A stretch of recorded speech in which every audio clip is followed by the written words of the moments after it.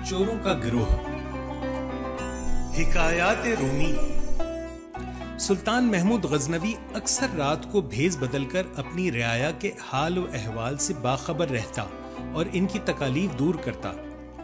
एक रात हस्बे आदत रियाया का हाल मालूम करने के लिए बादशाह सलामत भेस बदलकर महल से निकले। गश्त करते हुए एक वीराने से गुजरे। वहां चंद आदमी बैठे आहिस्ता आहिस्ता बातें कर रहे थे। सुल्तान भी इनके करीब जा बैठा। दुआ सलाम के बाद पूछा, तुम लोग कौन हो और रात गए यहाँ क्या कर रहे हो? उन्होंने कहा, हम चोर हैं और ये बताओ तुम कौन हो? सुल्तान ने कहा, बस मैं भी तुम ही में से हूँ। ये सुनकर वो खुश हुए और खुश आमदेद कहा। वो आपस में अपने अपने हुनर और कमाल के बारे में बातें कर रहे थे। पहले ने कहा, मेरे कानों में ये कमाल हासिल है कि रात को जब कुत्ता भौंकता है तो मैं समझ जाता हूँ कि वो क्या कह रहा है। ये सुनकर सबने कहा, भाई वाह, ये तो बड़े कमाल की बात है। दूसरे ने कहा, ए मालो जर के पुजारियों, मेरी आंखों में ये खूबी है कि रात को कैसा ही क्यों ना घुप अंधेरा हो, मैं जिस किसी को इस अंधेरे में एक मर्तबा देख लूं, दिन की रोशनी में देखते ही पहचान लेता हूं। तीसरे ने कहा, मेरे बाजू में इतनी कुव्वत है कि मजबूत से मजबूत दीवार में नकब लगा लेता हूं। चौथे ने कहा, मैं सूंघ कर बता देता हूं कि खजाना किस जगह दबा हुआ है। पांचवा कहने लगा, मेरे पंजे में वो जोर है कि ऊंची से ऊंची जगह पर कमंद फेंक सकता हूं। फिर उन्होंने सुल्तान की तरफ देख कर कहा, हाँ भाई, अब तू भी बता, तुझमें क्या कमाल है? सुल्तान ने जवाब दिया, यारों, मेरा क्या पूछते हो? अल्लाह की मेहरबानी से मेरी दाढ़ी में एक खास वस्फ है। वो मुजरिमों को कैद से रिहा करा देती है या जिनको कत्ल की सजा हो जाए, इस वक्त अगर मैं दाढ़ी हिला दूं तो उन्हें बाइज्जत रिहा कर दिया जाता है। उन अक्ल के अंधों ने यह सुनकर खुशी से नारा लगाया, तेरा कमाल तो सबसे बड़ा है, आज से तू हमारा सरदार है, अब हमें किसी परेशानी का खौफ नहीं। इसके बाद चोरी का प्रोग्राम तय किया और फिर चल पड़े। बादशाह के महल की जानिब निकले। कुत्ते के भौंकने की आवाज आई।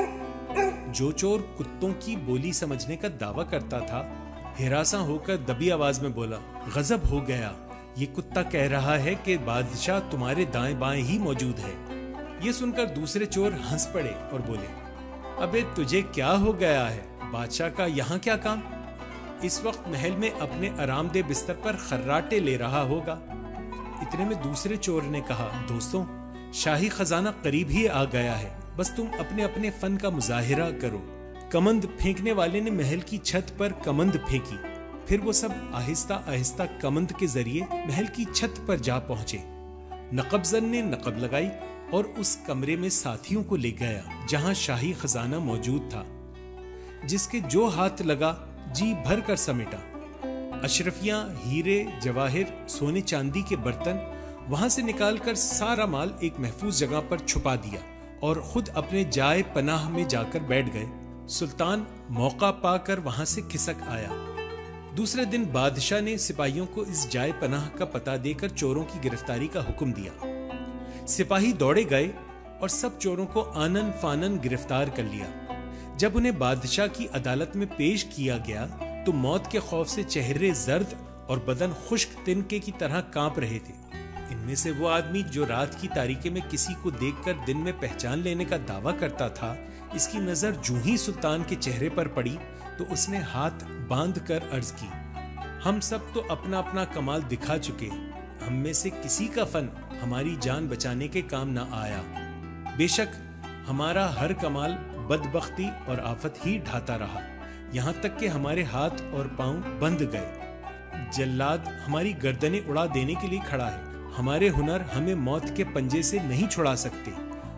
ए हमारे रात के साथी, अब वक्त आ गया है कि आप अपने फन का मुजाहिरा करें। अब आप अपनी दाढ़ी हिलाएं ताकि हमारी जान बच जाए। सुल्तान महमूद को इसकी बातें सुनकर रहम आ गया। उसने अपनी गर्दन हिलाकर हुक्म दिया कि इनको रिहा कर दिया जाए। दरसे हयात, अच्छा हुनर मुसीबत में काम आता है, जबकि बुरा हुनर ऐसे वक्त में खजूर की बटी हुई रस्सी की मानिंद साबित होता है।